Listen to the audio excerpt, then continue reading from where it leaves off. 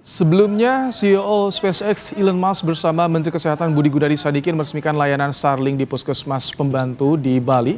Jaringan satelit milik Elon ini bisa diakses oleh 3.400 puskesmas di daerah tertinggal, terdepan, dan terluar. Dalam peresmian yang dilakukan di Denpasar, Bali, Elon menyampaikan rasa senangnya karena bisa membawa konektivitas ke tempat yang tidak memiliki internet atau aksesnya terbatas. Ia menyebut bahwa Starlink diharapkan bisa membantu sektor kesehatan dan pendidikan di Indonesia. Layanan Starlink sendiri merupakan layanan internet satelit yang dikembangkan oleh SpaceX yang merupakan perusahaan teknologi milik Elon Musk. Elon juga menyampaikan kemungkinan dirinya untuk berinvestasi di Indonesia. Well, I think long term it's likely that we will invest in Indonesia. Today's announcement is about Starlink, so I think we want to leave any future announcements to another event. But I think it's quite likely, very likely that my companies will invest in Indonesia in the future. Menteri Kesehatan Budi Gunadi Sadikin menyambut positif peluncuran Starlink internet berbasis satelit untuk sektor kesehatan di Indonesia. Ia berharap Starlink dapat membantu komunikasi dan mempermudah akses informasi di dunia kesehatan Indonesia, khususnya untuk daerah terpencil. Dengan adanya Starlink, 10.000 puskesmas ini yang tadinya 2.700-an susah mendapatkan akses internet dan 700-an itu tidak memiliki akses internet dan mereka tersebar kan di 7.000 pulau di Indonesia. Ini sekarang bisa mendapatkan akses internet sehingga layanannya tidak akan berbeda dengan puskesmas atau puskesmas pembantu ataupun posyandu yang ada di daerah perkotaan. Apakah masuknya jaringan satelit milik Elon Musk ke 3.400 puskesmas jadi pintu masuk kemungkinan investasi Elon di Indonesia? Kita bahas, saudara, bersama dengan Tuhu Nugraha, pengamat ekonomi digital yang juga Principal of Earden, dan juga bergabung melalui sambungan Zoom ada Andre Rosiade, anggota Komisi 6 DPR RI dari fraksi Gerindra. Selamat petang, Bang Andre, Mas Tuhu, selamat datang di Studio Kompas TV. Iya, terima kasih. Baik. Selamat petang Ibrahim, Mas apa? Mas Tuhu. Tuhu, Pak. Mas Tuhu. Iya, siap Mas Tuhu. Baik, Bang Andre, ini hadir di Bali Elon Musk, ikut meresmikan peluncuran Starlink untuk 3.400 puskesmas. Anda melihat ini bisa jadi sinyal Elon Musk akan investasi di Indonesia atau bagaimana, Mas Andre? Kalau yang saya lihat ini, Mas dagang ya, bukan berinvestasi di Indonesia. Harapan kita kan, harapan pemerintah dari awal, Elon Musk kan bisa berinvestasi Tesla di Indonesia. Itu harapannya. Yang ada ternyata yang masuk BYD, bukan Tesla. BYD yang masuk investasi sekitar 20 triliun lebih. Nah, lalu juga saya baca komentar Pak Luhut kalau Elon Musk tidak bisa investasi Tesla, mobilnya minimal Elon Musk diharapkan bisa berinvestasi untuk membangun baterai listrik bekerja sama dengan Vale. Tapi kan itu baru harapan. Dan Elon Musk baru memberikan sinyal janji. Itu satu. Jadi investasinya masih janji. Ya, harapan kita itu harapan ya. Harap tentu Elon Musk bisa berinvestasi yang bisa menguntungkan negara ini dan juga membuka lapangan pekerjaan bagi rakyat. Nah, kalau bicara Starlink, nanti Pak Uwu kan lebih paham ya. Yang saya tangkap adalah pertama ya, Starlink ini kan Elon Musk membuka kantor di Indonesia, sehingga belum ada pajak yang menjadi insentif bagi pemerintah. Itu yang pertama. Dan customer service-nya juga belum jelas.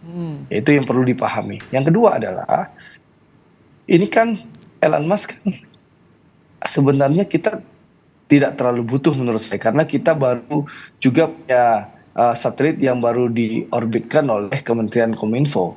Itu slotnya juga masih banyak dan bisa dimanfaatkan untuk bekerja sama dengan Kementerian Kesehatan seperti Starlink yang digadang-gadangkan itu akan bisa membantu sekitar 3.400 puskesmas ya.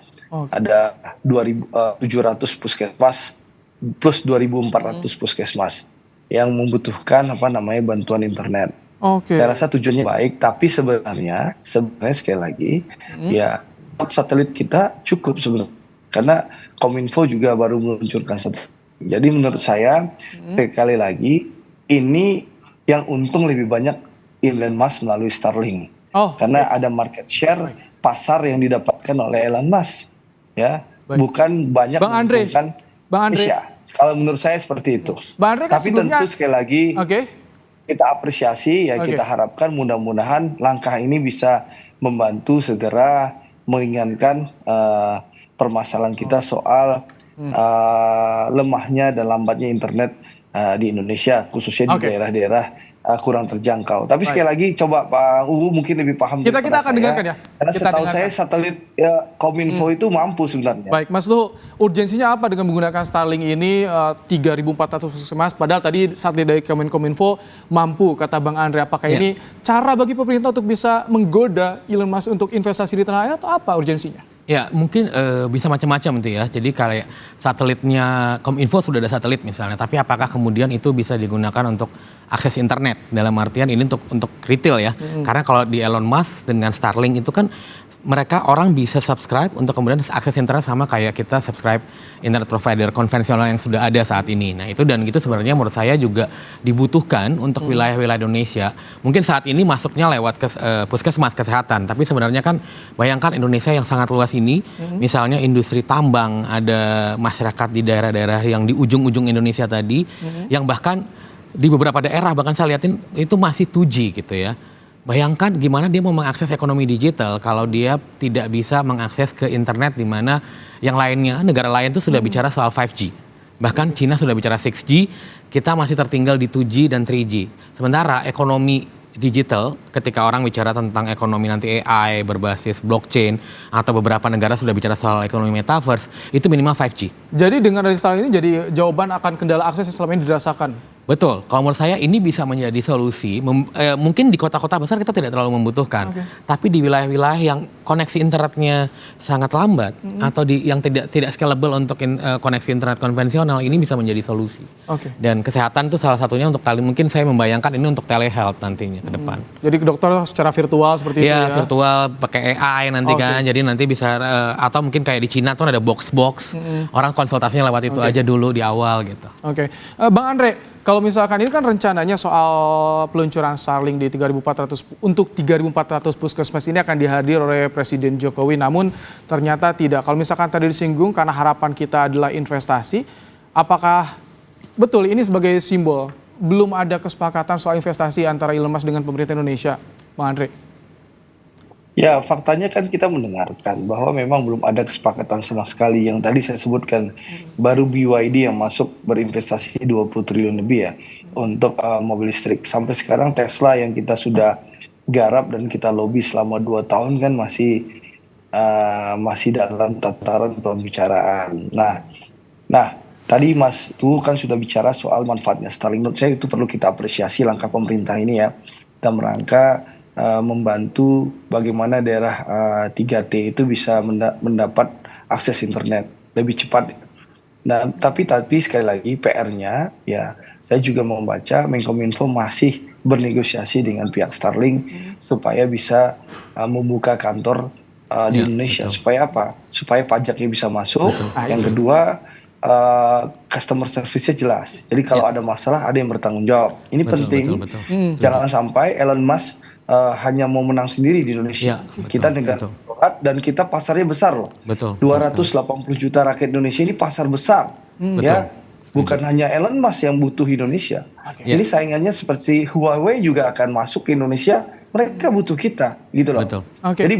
Jadi kita harus simbiosis mutualisme.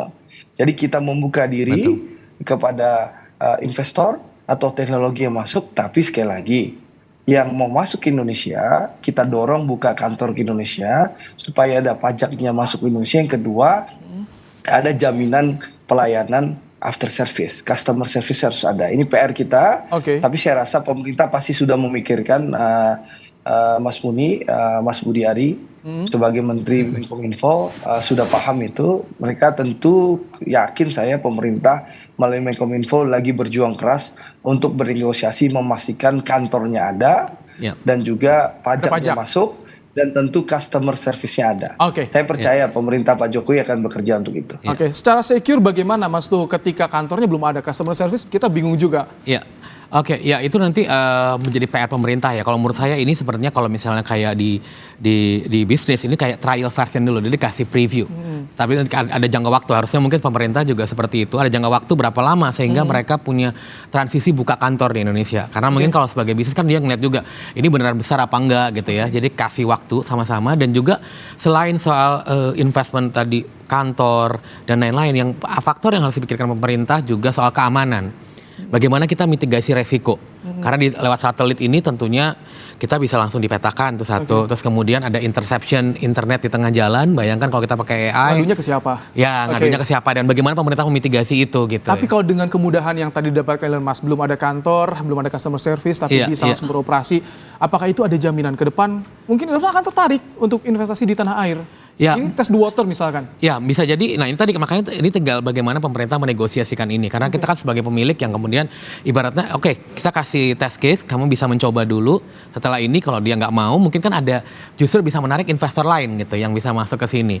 Gitu. Oke, kita menarik sekali kalau membahas soal kedatangan Elon Musk Indonesia karena beberapa kali Presiden Jokowi juga sempat bertemu langsung pada tahun 2022, tapi belum ada kata sepakat soal investasi ini. Menarik. Apakah ada berita baru soal rencana investasi Elon Musk di Indonesia? Kita akan tunggu. Terima kasih Bang Andre Rosiade, anggota Komisi 6 DPR dari fraksi Terima kasih. Mas Tuhu Nugraha. Sama-sama. Terima kasih juga pengamat Digital Network telah hadir di studio Kompas TV.